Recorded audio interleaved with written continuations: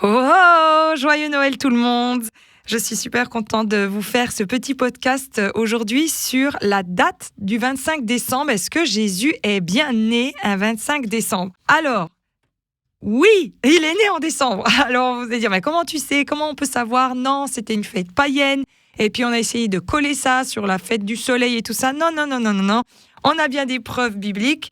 Et puis là, en une petite minute, ça vous fera votre petite page culture de la journée.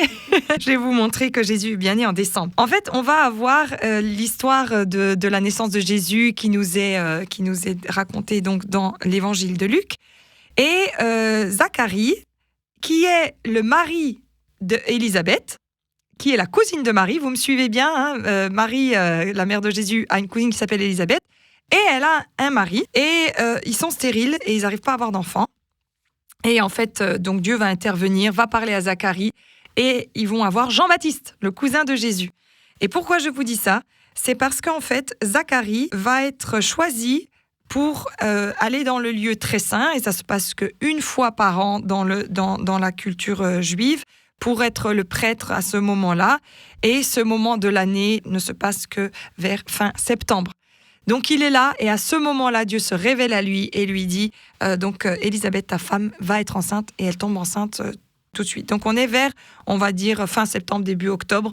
Donc elle est enceinte, Élisabeth.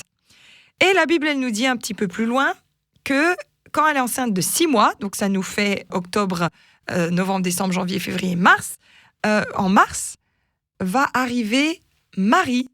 Et Marie, elle vient d'apprendre qu'elle est enceinte. Et elle va aller voir sa cousine. Elle va rester 3 mois avec elle, d'ailleurs. Donc, elle va voir sa cousine. Et donc, elle est enceinte en début avril, Marie.